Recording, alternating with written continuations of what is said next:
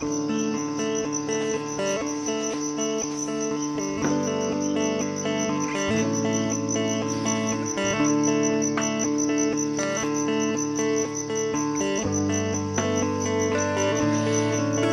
de Belcebú a su nieto,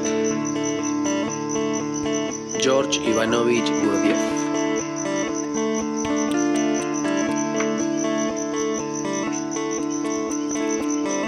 Capítulo 31.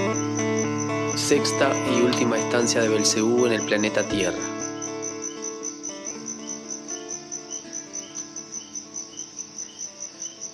Cuando dos ornacres más tarde, nota del autor, un ornacre equivale aproximadamente al período de flujo del tiempo que en la Tierra se define como un mes. Cuando dos ornacres más tarde la nave cósmica Karnak hubo salido de las esferas atmosféricas del planeta Rebots-Radendr para volver a caer en dirección al sistema solar Pandetsnok, en camino hacia el planeta Karatas, Hussein volvió a sentarse en su lugar habitual y dirigió a Belcebú las siguientes palabras. Querido y muy amado abuelo, sé bueno como siempre y cuéntame otra vez algo sobre los seres tricentrados que pueblan el planeta llamado Tierra. En respuesta a esa petición de su nieto, Belcebú comenzó a contarle sobre su sexta y última visita al planeta Tierra. Comenzó diciendo: fui por sexta vez a ese planeta poco antes de obtener mi perdón total y el permiso para salir de aquel sistema solar, tan alejado y casi fuera del alcance de las emanaciones directas del muy santo Sol absoluto, es decir, justo antes de mi regreso al centro del universo, al lugar de mi surgimiento, en las cercanías de nuestro eterno unieseral común. Y esta vez circunstancias inesperadas hicieron que permaneciera bastante tiempo entre aquellos peculiares seres. De hecho, un poco menos de uno de nuestros años, es decir, más de 300 años según su cálculo del tiempo. Estas son las circunstancias que originaron esa última visita al planeta que tanto te gusta. Debo decirte que después de mi quinta visita volví a observar de vez en cuando, al igual que en el pasado, la existencia de los seres tricerebrados que han despertado tu curiosidad. Y los observaba con especial atención durante los periodos en que se efectuaba ese proceso de destrucción mutua que es su particularidad principal.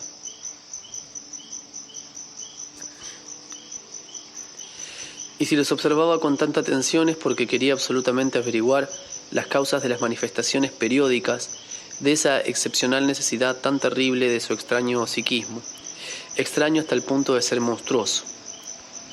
Cuando disponía de algún tiempo libre me pasaba casi todo un día o toda una noche marciana siguiendo las manifestaciones variadas a las que se dedicaban durante dicho proceso. Y bueno, debido a mis observaciones especiales, tanto desde el planeta Marte como durante mis anteriores estancias entre ellos, llegué a tener una comprensión bastante definida de los medios y de los modos que utilizaban para lograr una más eficaz destrucción mutua de sus existencias. De modo, querido niño, que un día en que desde el planeta Marte seguía yo ese proceso a través de mi gran Tescoano, noté de pronto algo que luego se convertiría en la causa inicial que me impulsaría a realizar mi sexto descenso entre ellos. Literalmente, en esa ocasión vi que, sin salir de su lugar, hacían algo con un objeto del cual salía después un poco de humo. Inmediatamente después, un ser del otro lado caía totalmente destruido, o al menos con alguna de las partes de su cuerpo planetario mutilada o destruida totalmente. Nunca antes había visto semejante medio de destrucción recíproca, y no se habían cristalizado todavía en mi presencia datos alguno que pudieran facilitarme una explicación lógica sobre la posibilidad de la utilización de dicho medio de destruir la existencia de otros seres semejantes a ellos. En relación con todos y cada uno de los medios utilizados por ellos para la destrucción de la existencia de los demás, ya antes había dilucidado lógicamente cuáles eran los factores ambientales accidentales generadores en ellos de los impulsos y los estímulos, consecuencia de los cuales su esencia era gradualmente llevada a destruir, sin motivo ni razón, la existencia de otros seres semejantes a ellos.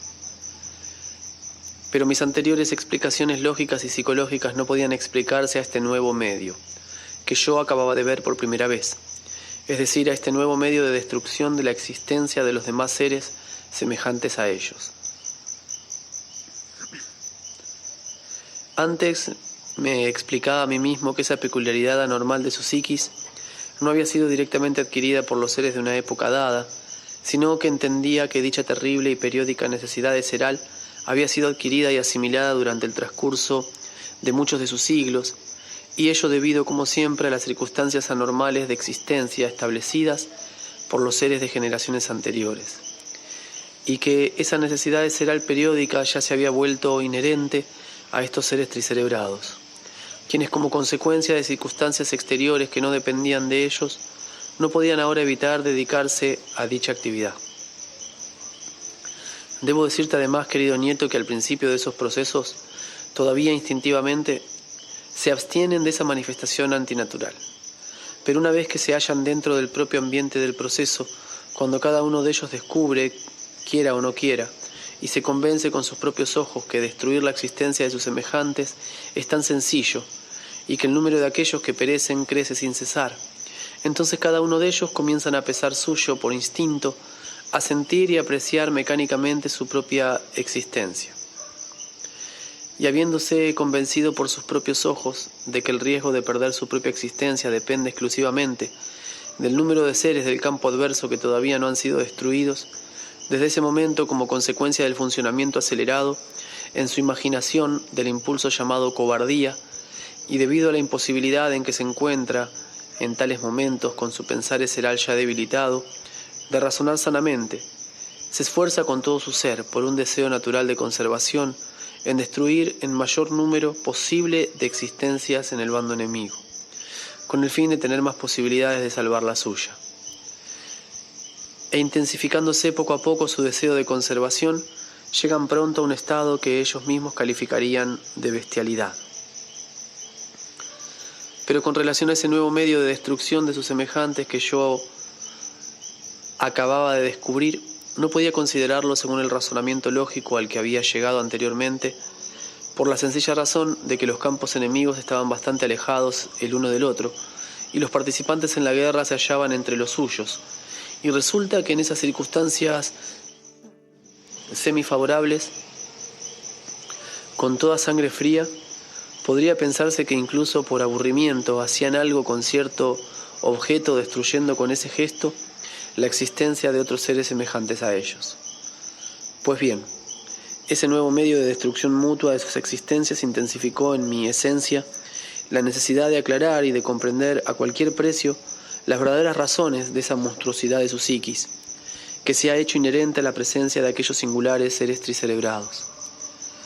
Dado que en aquel momento no tenía nada en particular que hacer en el planeta Marte, decidí liquidar sin tardanza mis asuntos normales, bajar personalmente al planeta Tierra y, una vez allí, elucidar sobre el terreno y resolver a toda costa esa pregunta que me había atormentado siempre, para no tener que pensar ya más, desde entonces, en aquellos extraños seres de nuestro gran universo.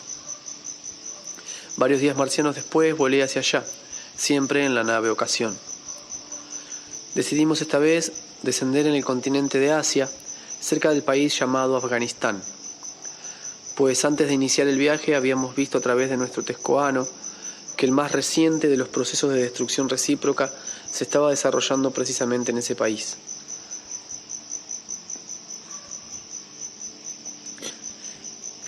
Tras descender en una región próxima a Afganistán, decidimos enviar nuestra nave Ocasión a fondear en algún lugar aislado, lejos de los lugares poblados recientemente por tus favoritos. Debo decirte que en los últimos tiempos ya no era tan fácil encontrar un lugar adecuado para atracar nuestra nave, ya que tus favoritos se habían fabricado ellos mismos una gran cantidad de dispositivos destinados a la locomoción marina, dispositivos que ellos llaman barcos. Y esos barcos van y vienen sin cesar en todas las direcciones, sobre todo alrededor de los continentes. Hubiéramos podido en verdad volver nuestra nave Ocasión inaccesible a sus órganos de percepción visual, pero no podíamos eliminar su propia presencia, por lo cual no debía permanecer en el agua por el riesgo de que sus barcos entraran en colisión con ella. Por eso decidimos esta vez enviar nuestra nave a posarse sobre el Polo Norte, donde sus propios barcos todavía no tenían la posibilidad de ir. Mientras descendíamos a la superficie de tu planeta, el proceso de destrucción recíproca terminaba ya en Afganistán. Sin embargo, no dejó de seguir existiendo en las proximidades de ese país, ya que era precisamente en esa parte del continente de Asia donde se efectuaba entonces con más frecuencia este tipo de proceso.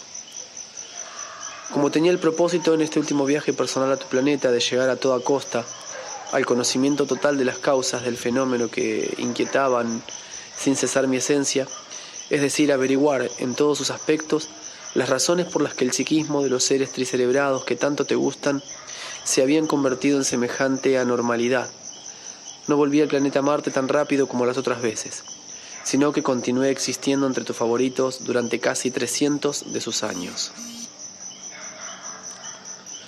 En el momento de exponer las informaciones que deben sacar a la luz los resultados de los datos depositados por diversas razones en la presencia común de los seres tricerebrados de ese planeta Tierra que tanto te gusta, debo insistir en el hecho de que durante esa última estancia personal en la superficie de tu planeta fui inducido a hacer estudios muy serios, así como investigaciones experimentales acerca de los detalles del psiquismo de tus favoritos, y observar todas sus percepciones y manifestaciones como individuos, al igual que sus reacciones de masa los unos respecto a los otros, bajo el efecto de los resultados que generan en ellos las diversas combinaciones de las circunstancias circundantes.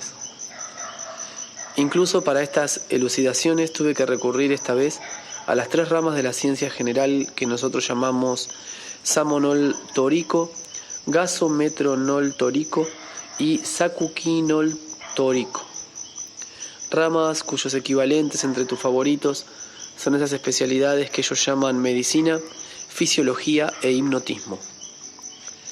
Desde el principio de mi 6ª y última estancia allí, me convencí categóricamente, gracias a mis investigaciones experimentales, de que las causas de la extrañeza de su psiquis se encontraban en su mayoría no en el consciente usual, con el cual se han automatizado a existir durante lo que ellos llaman su estado de vigilia, sino en ese consciente que su anormal existencia seral ordinaria ha ocultado poco a poco en las profundidades de su presencia común, y que habría debido ser su consciente real, pero que en ellos está en estado primitivo, lo que ellos llaman el subconsciente. Ese subconsciente es, sin embargo, la parte de su psique general en la cual no están atrofiados todavía, como ya te dije, el muy santo Ashyata Shemash, ¿te recuerdas? Fue el primero en comprobarlo, los datos del 4º impulso sagrado llamado conciencia objetiva. Después de haber escogido como lugar principal de mi existencia una región con el nombre de Turquestán, situada en el centro del continente de Asia, no solo fui a los lugares donde se efectuaban los procesos que me interesaban, sino que durante las treguas y las calmas de esos procesos viajé mucho, yendo casi todos los continentes, y así traté con los seres de casi todos los pueblos como ellos dicen. En esos viajes no me quedé en ninguna parte mucho tiempo, salvo en ciertos países independientes del continente de Asia llamados China, India y Tíbet. Y por supuesto en esa comunidad medio asiática, medio europea que se ha convertido en estos últimos tiempos en la más grande de todas y que lleva el nombre de Rusia. Al principio dediqué todo el tiempo que me permitían mis observaciones e indagaciones relativas a la meta principal que me había asignado, al estudio de los idiomas, de allí con el fin de ampliar mis posibilidades de establecer en todas partes relaciones apropiadas con los seres de todos los tipos, pertenecientes a diversos pueblos.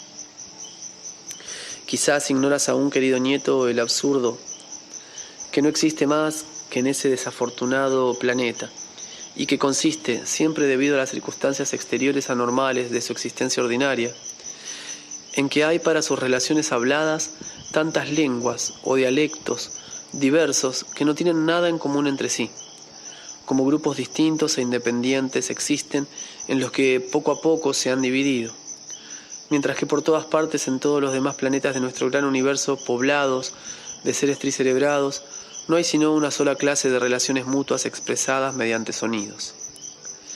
Sí, esa multiplicidad de lenguas es también una de las particularidades exclusivas y características de los extraños seres tricerebrados que te agradan.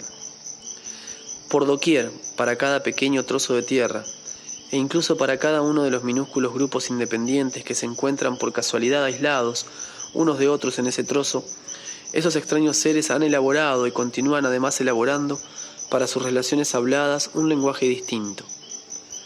Debido a esto, en la actualidad, en el planeta Tierra, cuando un habitante de un país cualquiera se encuentra por algún motivo en otro lugar del mismo planeta, no puede establecer relación alguna con sus semejantes, a menos que aprenda su lengua.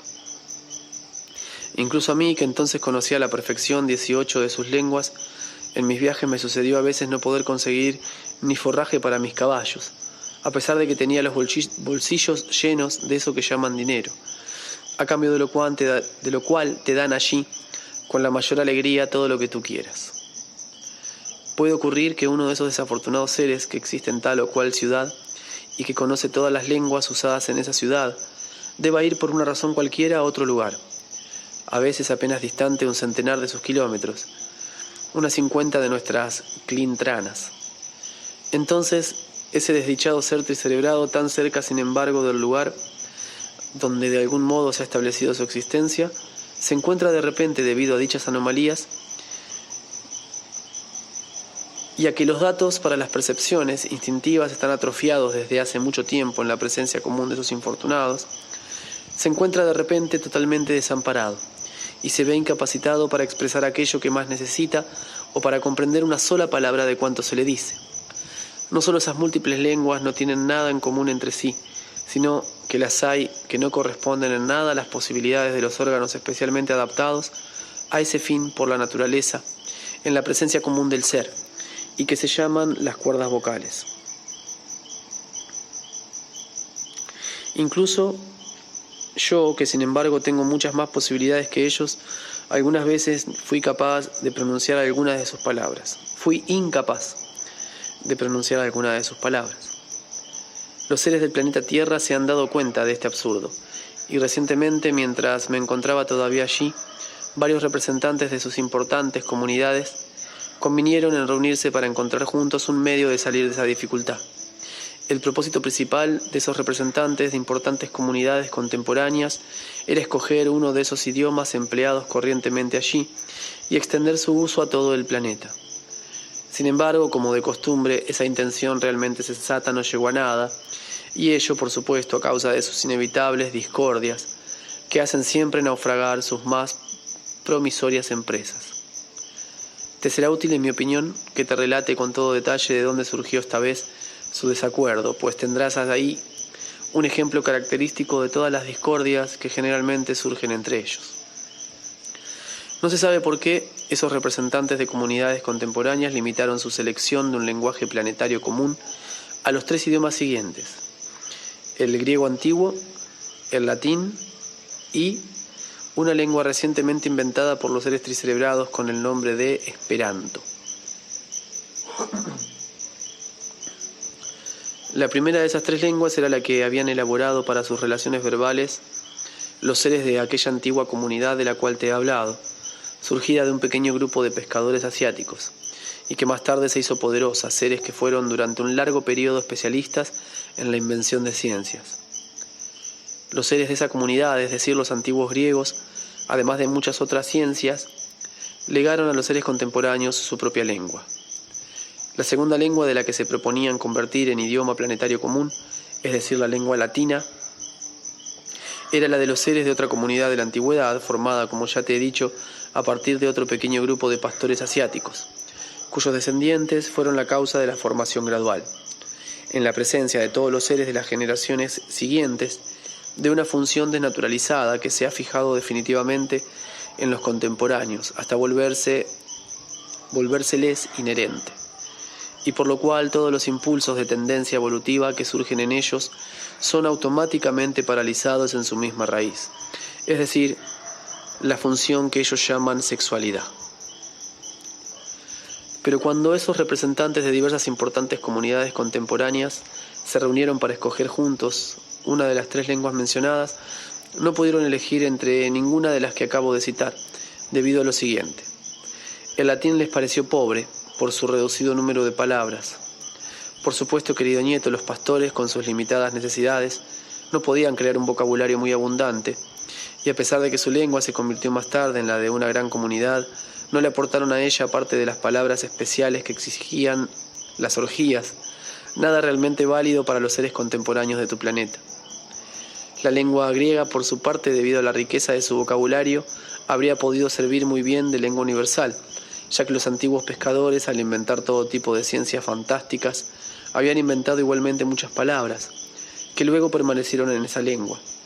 Pero los representantes de las importantes comunidades contemporáneas no pudieron fijar en ella su elección, debido a una particularidad original que tuvo que ver, una vez más, con su extraño psiquismo. De hecho, todos los seres que se habían reunido allí para escoger un idioma planetario único eran representantes de comunidades convertidas en poderosas, o como dicen todavía, grandes, durante el período de su civilización actual. Pero esa lengua griega antigua es todavía hablada en la actualidad por los seres de una comunidad contemporánea llamada Grecia, que aunque son los descendientes de los antiguos griegos, no disponen sin embargo en la actualidad de tantos cañones ni de barcos como cualquiera de esas importantes comunidades, cuyos representantes estaban reunidos a fin de elegir, con el asentimiento general, una lengua única para todo el planeta. Y sin duda cada uno de aquellos representantes razonó más o menos de la siguiente manera: ¿cómo diablos podría hablar todo el mundo la lengua que hablan los seres de una comunidad tan nula, que ni siquiera tienen armas suficientes para que sus representantes puedan sentirse con derecho a participar con las mismas atribuciones que nosotros en nuestras reuniones internacionales? Y por supuesto los seres contemporáneos de allí, es decir, los que representan a importantes comunidades, no saben naturalmente nada de las verdaderas razones por las que tal o cual grupo de sus semejantes, que puebla una u otra parte de la superficie de su planeta, en otras palabras, tal o cual de las comunidades que ellos han constituido, se convierte a veces por algún tiempo en importante o poderosa. Ni siquiera han comenzado a sospechar que, si es así, ello no tiene ninguna relación con las cualidades particulares de los seres de esas comunidades, sino que todo depende exclusivamente de la parte del planeta sobre la cual el muy grande proceso trogo-autoegocrático universal requiere, de acuerdo con las exigencias del movimiento armónico de todo su sistema solar, un acrecentamiento de vibraciones emanadas, ya sea de la radiación de ellos o bien del proceso de su rascoarno sagrado. En cuanto a la tercera lengua que esa asamblea de representantes se proponía igualmente extender a todo el planeta, o sea, el esperanto, esta ni siquiera dio lugar a esa clase tan frecuente de querellas que ellos caracterizan con la expresión echar espuma por la boca. E incluso con su razón tan corta, se dieron cuenta rápidamente de que aquella lengua no podía convenir en forma alguna a su propósito. De hecho, los inventores de esa nueva lengua se habían imaginado sin duda que un idioma era algo análogo a sus ciencias contemporáneas, que es posible elaborar sentado en casa en su estudio, y ciertamente no les había venido a la mente que ninguna lengua más o menos práctica puede constituirse sino en muchos siglos y además dentro de un proceso de existencia seral más o menos normal. Esa nueva invención de allá, el esperanto, sin embargo, sí podría servir a nuestro venerable Mulá Nasreddin para los cuentos que él relata a sus gallinas. En definitiva, aquel excelente proyecto de establecer una lengua planetaria general no cambió en nada su alto grado de absurdidad. Todo quedó como antes, es decir, que ese relativamente pequeño planeta, con una tierra firme semi-muerta, no ha dejado de ser, como dice también nuestro querido maestro Mulá Nasreddin, la hidra de las 1000 lenguas. Pues bien, querido nieto, habiendo comenzado mis investigaciones relativas a la meta principal que me había fijado esta vez, es decir, averiguar las causas que habían generado tan singular psiquismo en la presencia de los seres tricerebrados de ese planeta, y teniendo necesidad de dilucidar con ese fin algunos detalles de su psiquis, ocultos en su presencia común, vi surgir ante mí, desde el principio de esa última estancia entre ellos, una dificultad muy seria.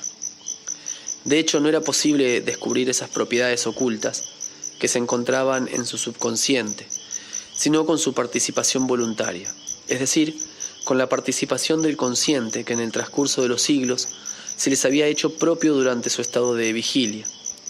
Es más, me di cuenta de que era indispensable que esa participación voluntaria fuese obtenida de todos los tipos de seres tricerebrados de allí, según se habían formado en los últimos tiempos.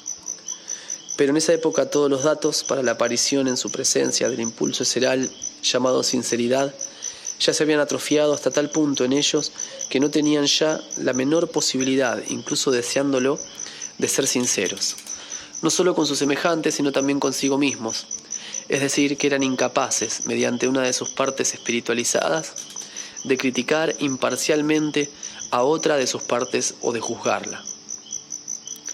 Debo decirte aquí que mis últimas investigaciones me demostraron que la atrofia de los datos que deberían estar en ellos para ser capaces de ser sinceros consigo mismos tiene un origen, y que la atrofia de la posibilidad de ser sinceros para con los demás tiene otro origen distinto.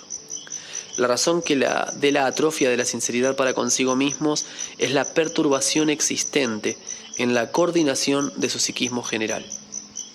El hecho es que al principio de mi sexta estancia entre tus favoritos, se cristalizaban todavía en su presencia común los datos apropiados para hacer surgir en ellos, como en todos los seres tricerebrados, el impulso seral llamado remordimiento de sí, y que ellos llaman remordimiento de conciencia. Pero por otra parte, todas sus manifestaciones interiores y exteriores, en el proceso ordinario de su existencia seral, comenzaron a ser cada vez menos adecuadas para seres tricerebrados.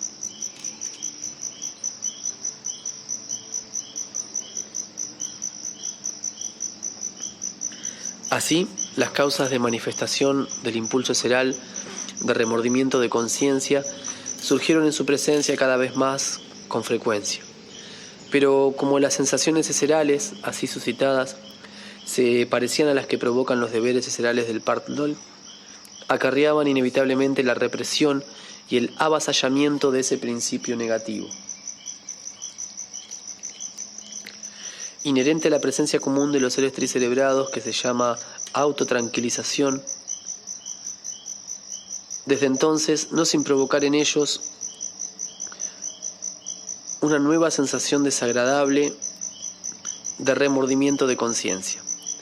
Refrenan e incluso eliminan poco a poco, en primer lugar deliberadamente por iniciativa de sus partes más prevenidas y luego por la fuerza de la costumbre adquirida, toda crítica de sí, ante cada manifestación, interior o exterior, de su presencia común, desencadenada por las incitaciones naturales de una u otra de las localizaciones independientes, aisladamente espiritualizadas, propias de los seres tricentrados. Al invadir esa mencionada impotencia, cada vez más su organización acarreó, por su frecuente repetición, la desarmonía general del funcionamiento de su psiquis. Así, finalmente, casi hizo desaparecer de su presencia los datos necesariamente inherentes a todos los seres tricerebrados de nuestro gran universo, necesarios para la manifestación de la sinceridad, incluso hacia sí mismos.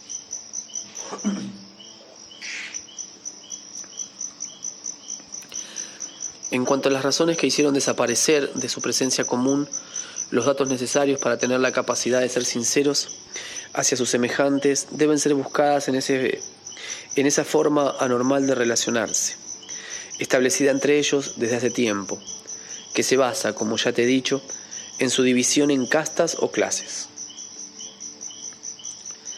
Desde que esa costumbre de dividirse en todas esas funestas castas se les hizo inherente, comenzaron a cristalizarse en la presencia común de cada uno de ellos dos extrañas propiedades orgánicas totalmente opuestas, cuyas manifestaciones poco a poco dejaron de depender de su consciente ordinario y también de su subconsciente.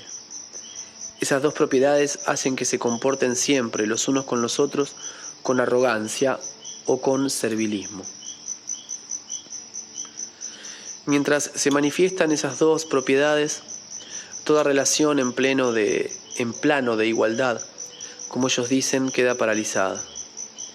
Así, sus relaciones ordinarias, ya sean interiores y sinceras o incluso puramente exteriores, sobre todo en los últimos tiempos, se han establecido de tal manera que en la actualidad es usual que cualquiera que pertenezca a una casta considerada como superior a la del otro, vea surgir en él, frente a ese otro, los impulsos llamados arrogancia, desprecio, condescendencia, etc. Pero si alguien considera que la casta a la cual pertenece es inferior a la del otro, surgirán inevitablemente en él los impulsos que llaman bajeza, falsa humildad, servilismo, obsequiosidad, envilecimiento y otros impulsos específicos del mismo tipo, cuyo conjunto aleja de su presencia la capacidad de ser consciente de su propia individualidad. Una vez que fueron inherentes a su presencia común, esas propiedades los condujeron poco a poco a perder el hábito de ser sinceros con sus semejantes, y luego a dejar automáticamente de ser capaces de ello, incluso con los de su propia casta. Fue por esa razón, querido nieto, por la que, existiendo entre tus favoritos, decidí esta vez escoger entre las profesiones de allí, una que los lleva algunas veces a establecer automáticamente relaciones que les permiten hasta cierto punto ser sinceros, a fin de que me fuera posible hacer las preguntas que me eran indispensables y recoger así un material esclarecedor. Me convertí entonces en uno de esos profesionales que se llaman allí actualmente médicos. Esa profesión corresponde más o menos a nuestros Sirlickners. Además de esa profesión, existe allí también otra con cuyos representantes tus favoritos se vuelven automáticamente todavía más sinceros tal vez que con los médicos, sobre todo en cuanto a sus experiencias interiores, como dicen ellos, y eso era precisamente lo que más necesitaba yo para mis elucidaciones. Sin embargo, aunque esa profesión podía por su naturaleza suministrarme más material para mis investigaciones, decidí no convertirme en confesor, pues así se llama allí dicha profesión, porque ella obliga siempre a desempeñar exteriormente un cierto papel y jamás permite tener en cuenta los verdaderos impulsos interiores que uno mismo experimenta. Antes de seguir, creo que debo explicarte también algo de lo que son esos médicos contemporáneos de allí, que deberían corresponder con nuestros Sirlickners. Probablemente sabes muy bien que entre nosotros en el planeta Karatas, los Sirlickners, tal como ocurre en los demás planetas de nuestro gran universo habitados por seres tricerebrados formados ya, existen seres llamados de modo diferente en los distintos planetas, que toman para sí mismos ciertas obligaciones esenciales de los seres que les rodean. Son esos individuos responsables que consagran voluntariamente su existencia entera a ayudar a todo ser de su territorio en el cumplimiento de sus obligaciones eserales.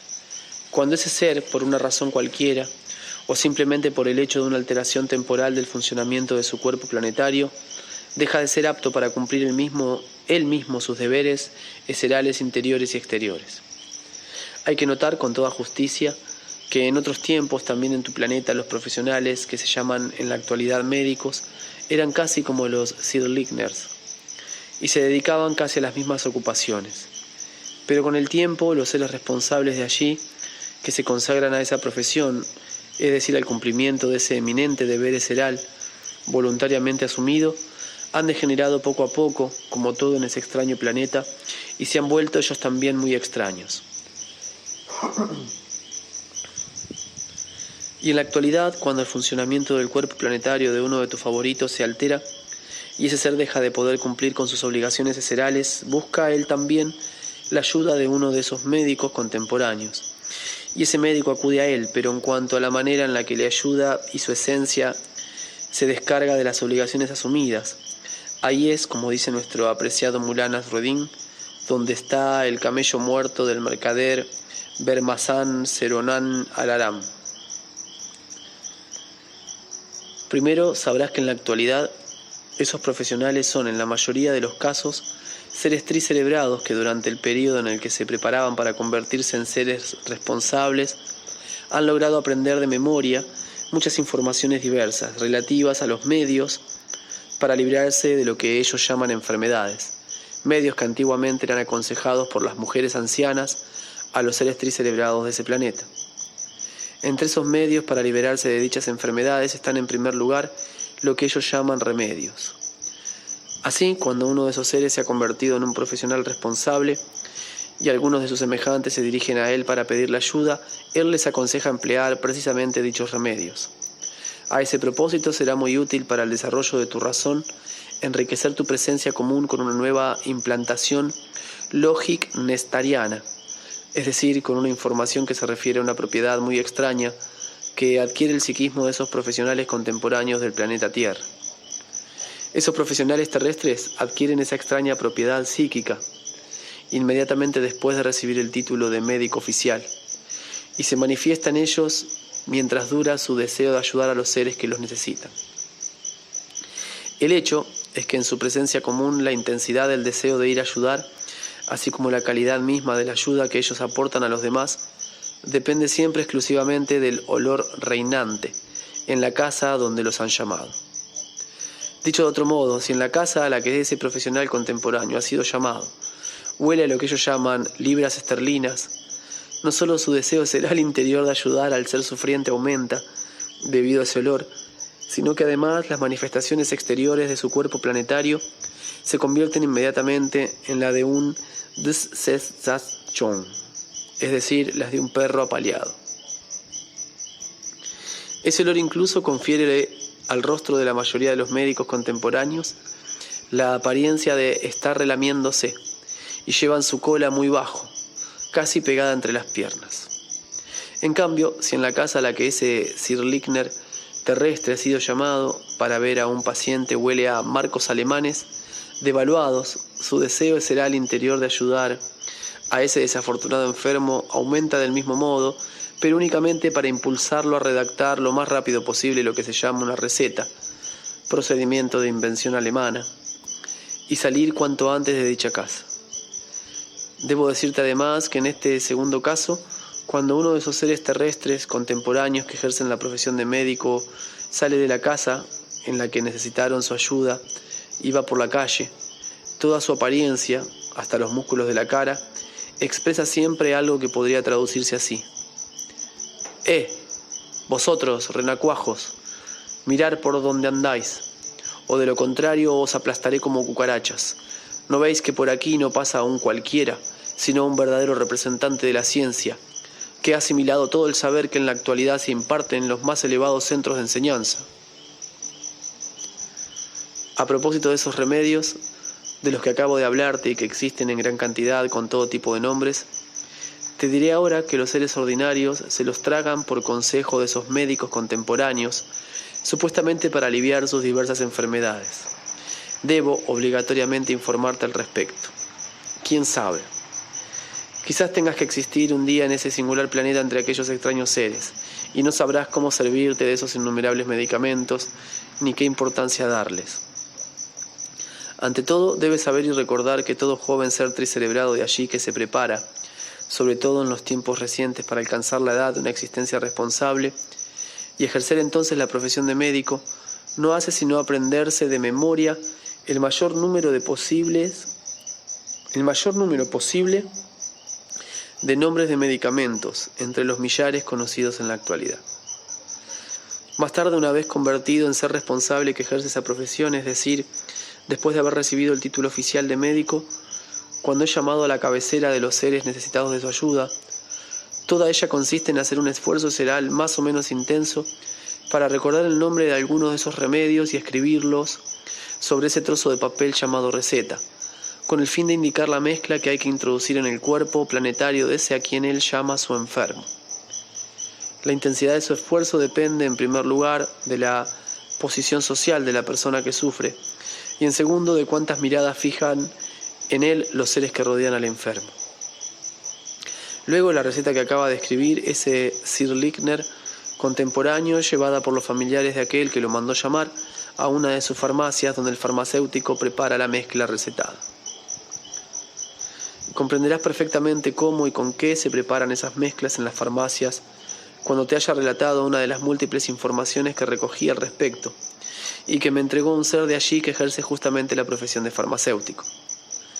El relato que voy a contarte se refiere al periodo durante el cual yo iba frecuentemente a la gran comunidad que lleva el nombre de Rusia. En una de las dos capitales de esa gran comunidad, la que lleva el nombre de Moscú, entablé por casualidad relaciones amistosas con uno de esos farmacéuticos profesionales. Según los conceptos de allí, dicho farmacéutico era un ser ya viejo, de carácter bondadoso e incluso afable.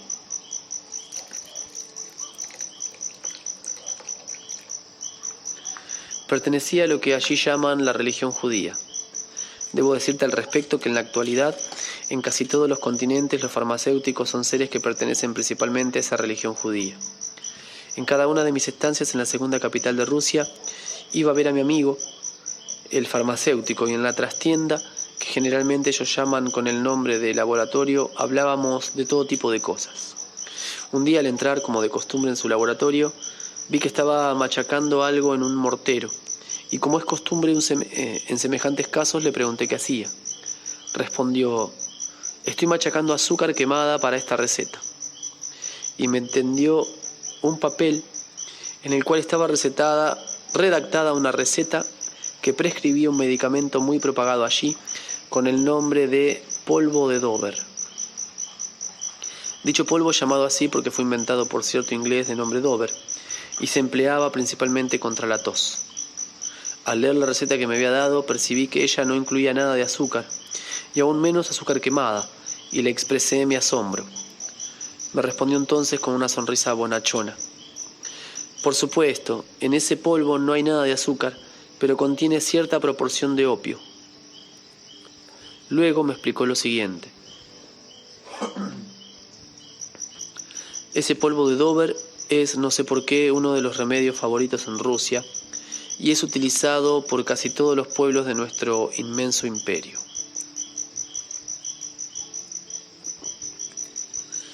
Cada día se consumen en el país entero varios centenares de miles de bolsitas de ese polvo.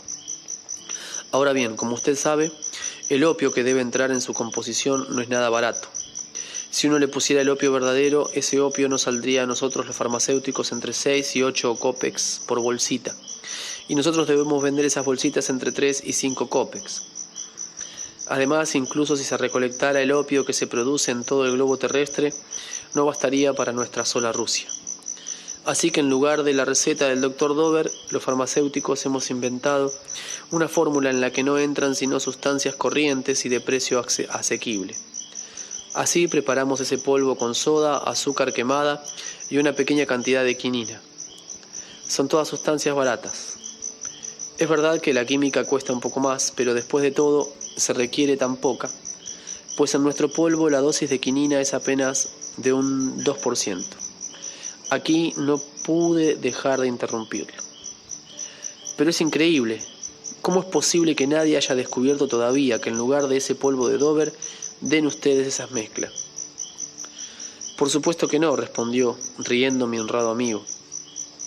Esas cosas no se reconocen sino por la vista y por el gusto. Y hagan lo que hagan, el polvo de Dover que nosotros preparamos presentará, bajo cualquier microscopio, el color que debería tener según la fórmula exacta del Dr. Dover. En cuanto a su gusto, sobre todo debido a la dosis de quinina que contiene, será imposible distinguirlo del sabor del polvo auténtico que contiene verdadero opio. ¿Y el análisis?, le pregunté. ¿Qué análisis?, dijo con tono burlón, pero con una amplia sonrisa. El verdadero análisis de este polvo costaría tan caro que por la misma suma se podría tan solo comprar más de 1 tonelada de ese polvo. Si no, quién sabe, tal vez abrir una farmacia entera. Y mirándolo bien, nadie por 3 o 5 kopecks querrá cometer semejante estupidez. En realidad, ni sé si podría hacerse el análisis de que usted habla. En todas las ciudades hay analistas químicos, le dije. Incluso cada municipio tiene especialistas de ese tipo a su servicio. ¿Pero qué son esos analistas químicos?, le dije. ¿Y qué saben ellos? Puede que usted ignore en qué consisten los estudios de esos especialistas que ocupan esos puestos tan importantes y qué es lo que aprenden. Permítame explicárselo. Tomemos por ejemplo a un niño de mamá, con el rostro lleno de granos porque su mamá se considera bien educada y tiene por indecente dar a su hijo algunas indicaciones sobre ciertos hechos. Así ese hijo, cuyo consciente aún no está formado, hace aquello que se hace absolutamente solo en él, y el resultado de ese hacer se manifiesta en su rostro, como en el de todos los jóvenes de su especie, con granos bien conocidos incluso por la medicina actual. Así pues, muy estimado doctor, antes de relatarte la continuación de esa conversación, debo decirte, querido nieto, que desde el momento en que me convertí en médico profesional, tus favoritos en todas partes me dieron a mí también el título de doctor. En otra ocasión te hablaré especialmente de ese título del que hacen uso, teniendo en cuenta que ese nombre de doctor le valió un día a nuestro Ajún un malentendido muy trágico, Pero volvamos a nuestro afable farmacéutico. Pues bien, decía él, ese mozalbete hace sus estudios en una universidad cualquiera para llegar a ser analista químico, y como es de rigor, en la universidad estudia solo en libros especiales fabricados en su mayoría en Alemania por los sabios de aquel país. Es verdad, querido nieto, que esos alemanes contemporáneos han adquirido el hábito, sobre todo en estos últimos tiempos, de inventar, entre comillas, libros científicos, acerca de todas las materias, y cómo, entre comillas, hacer un análisis. Tiene que ver con sus ciencias. Esos, entre comillas, sabios alemanes ya han compuesto sobre ese tema muchas obras, entre comillas, científicas, de las que se sirven casi todos los pueblos de Europa y de los demás continentes. Entonces, continuó el honrado farmacéutico, nuestro joven, después de haber terminado sus estudios universitarios y obtenido en consecuencia su conocimiento de la naturaleza de las sustancias, de los libros fabricados por los sabios alemanes, entre comillas, será encargado de hacer el análisis de nuestro polvo de Dover. En esas obras alemanas de donde él ha sacado su conocimiento de la naturaleza de las sustancias, se precisa, claro está, de qué elementos están formados dichas sustancias y dan siempre las fórmulas de esos elementos. En esos libros se indica además el aspecto que adquieren las sustancias cuya presencia encierra todos los elementos que deben contener y las modificaciones que sufre ese aspecto cuando faltan esos elementos. Esos libros alemanes exponen además algunos medios primitivos para reconocer las diferentes sustancias, por ejemplo, mediante la vista, el gusto, la combustión, y por ciertos procedimientos que las ancianas conocían en otros tiempos, y así sucesivamente. Terminados sus estudios, el joven recibe el título de analista químico. Ocurre a veces que antes de ocupar un puesto responsable realiza una práctica que consiste en general en trabajar durante algún tiempo en un matadero, donde ayuda al químico municipal, antiguo niño bien como él, a reconocer en el microscopio, de una manera conocida solo por ellos, si la carne de cerdo no contiene triquinosis. Después, apenas queda un puesto vacante, se le asigna el empleo oficial de analista químico.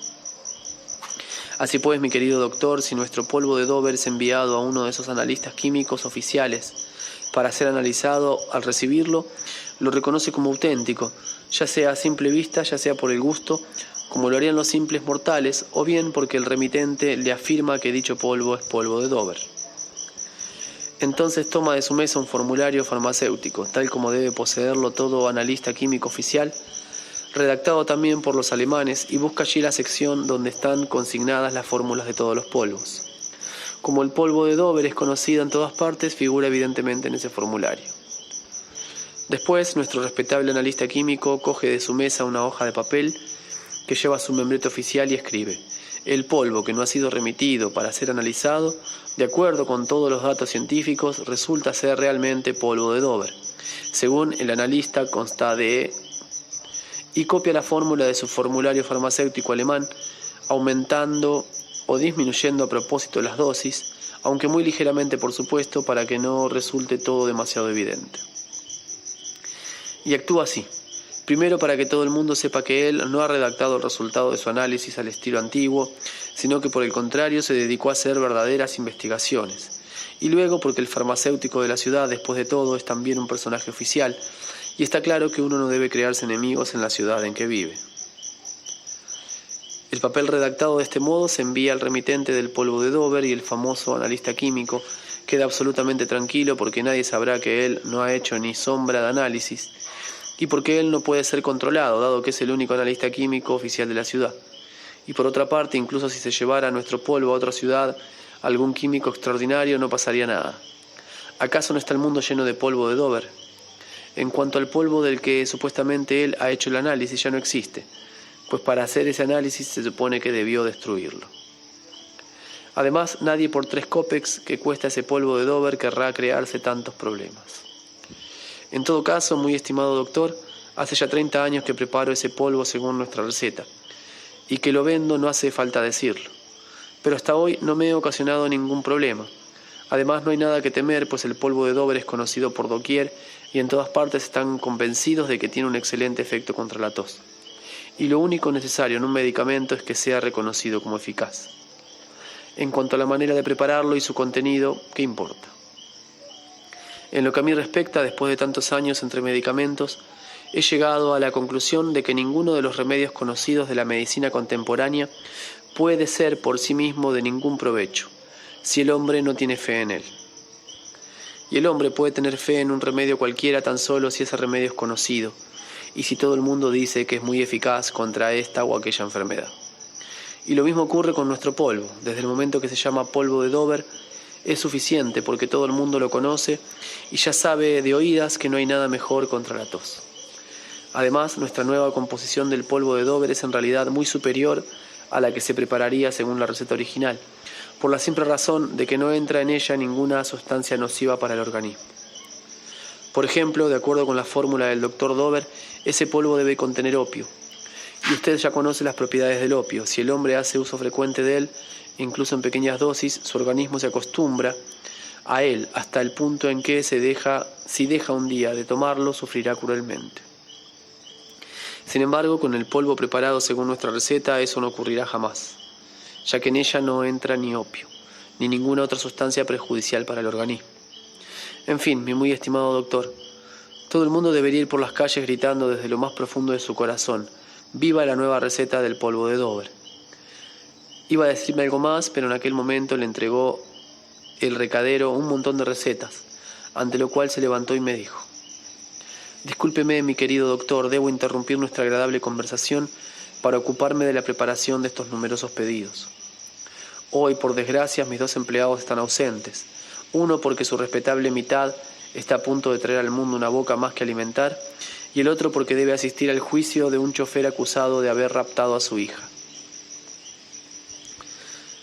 Si algún día realmente tuvieras que existir entre tus favoritos, sabrías al menos, gracias a este último relato, que a pesar de las docenas de complicados nombres que los médicos de allí hacen figurar en sus recetas, casi siempre los remedios son preparados en los establecimientos oficiales que llevan el nombre de farmacia, de la misma manera que este polvo de Dover. E incluso ocurre a veces que esos honrados farmacéuticos preparan desde la mañana todo un tonel de un líquido cualquiera y una gran caja de polvo, con los cuales atienden durante el día cada nueva receta que les llega, ya sea sacando líquido del tonel o cogiendo el polvo de la mencionada caja. A fin de que esas mezclas preparadas de antemano no tengan el aspecto de ser siempre las mismas, estos esforzados especialistas les agregan algo para teñirlas de diferentes colores y cambiarles el gusto y el olor. A pesar de todo lo que acabo de decirte, te aconsejo encarecidamente que seas siempre muy prudente con ciertos medicamentos de allí, porque ocurre a veces que esos buenos farmacéuticos introducen en sus mezclas, por error, claro está, algún ingrediente que tiene una acción tóxica sobre el cuerpo planetario. Además, se ha instituido allí, siempre por casualidad naturalmente, para los seres dotados de razón normal, la costumbre de mostrar en los frascos de esas mezclas lo que se llama un cráneo y dos tibias, con el fin de poder distinguir esa clase de remedios tóxicos de los medicamentos ordinarios. De cualquier modo, recuerda que entre los millares de remedios conocidos, prescritos por los médicos contemporáneos, solo 3 de ellos dan, y además no siempre, algunos resultados reales para el cuerpo planetario de esos seres tricerebrados ordinarios, tus contemporáneos. Uno de los 3 medicamentos que a veces demuestran tener cierta eficacia es la sustancia, o mejor dicho, el conjunto de los elementos activos que contiene, que los seres de Maral Place aprendieron a extraer de la semilla de la amapola, y a los cuales fueron ellos los primeros en dar el nombre de opio. La segunda sustancia es la que llaman allí aceite de ricino.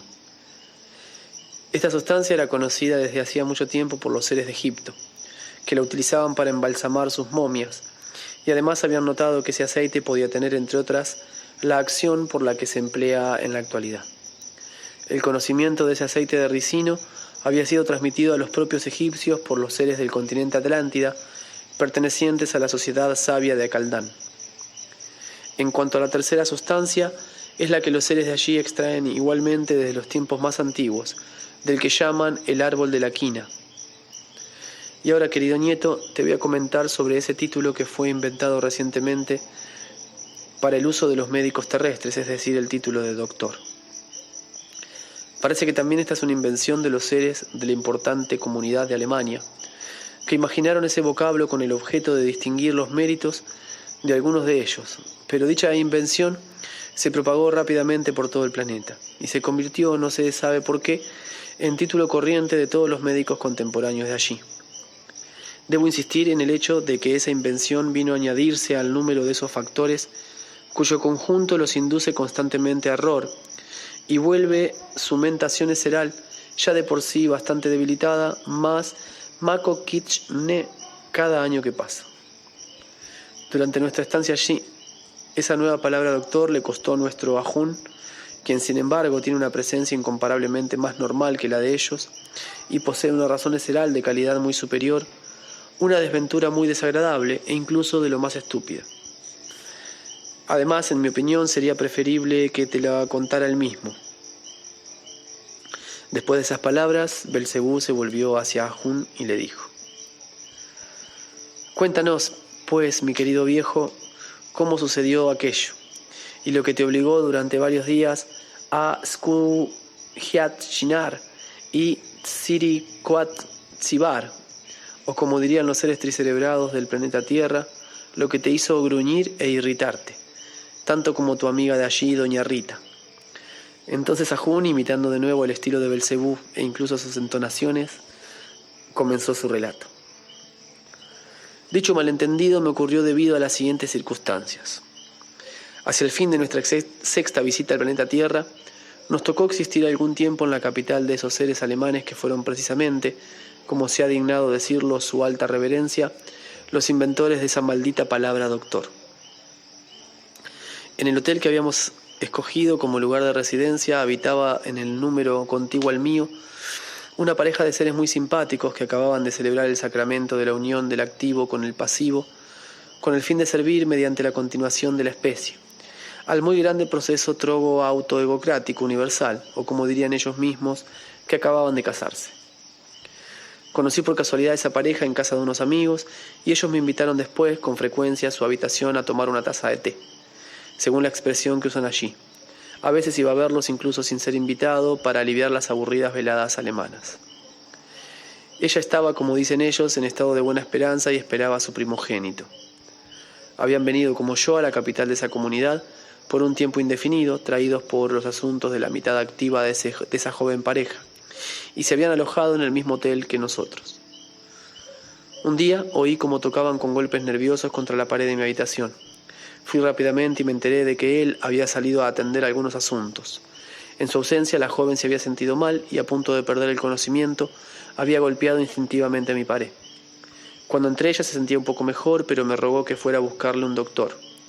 Naturalmente me lancé a la calle, pero una vez allí pregunté: ¿y ahora a dónde voy? De repente recordé que no lejos de nuestro hotel vivía un ser que todo el mundo llamaba doctor. Incluso en la puerta de entrada a su casa había una placa metálica con su apellido y título de doctor.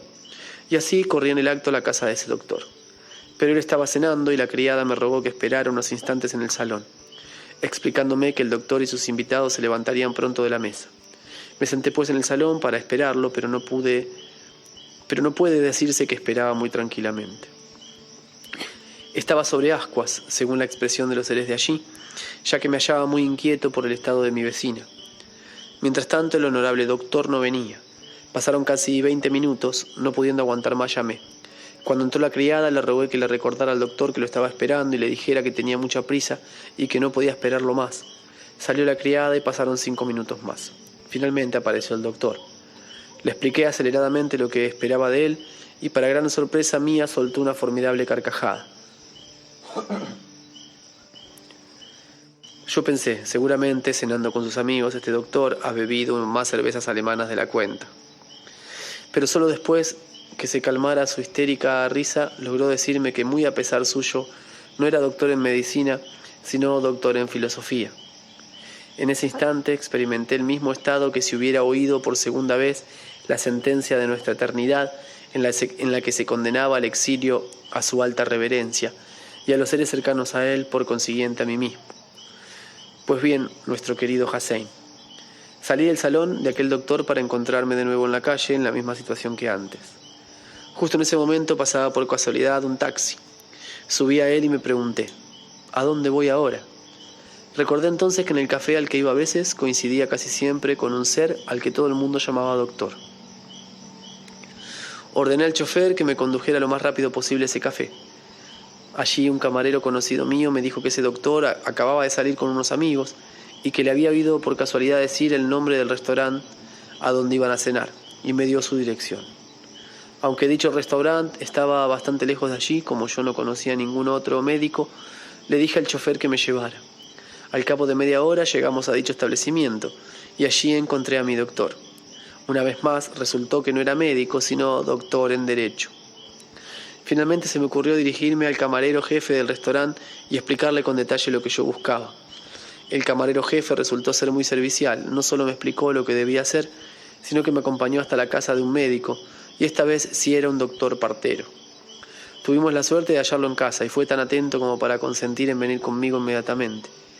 Pero mientras estábamos en camino, mi pobre vecina había traído ya al mundo a su primogénito, un varón.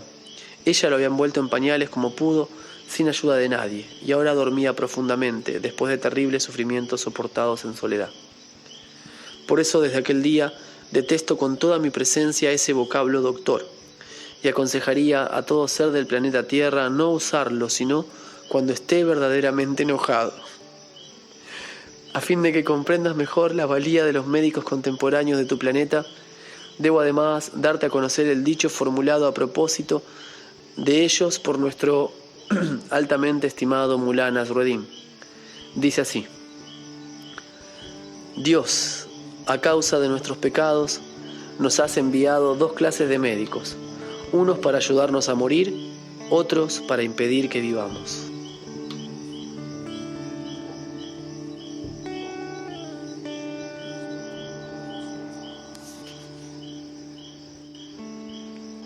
Fin del capítulo 31.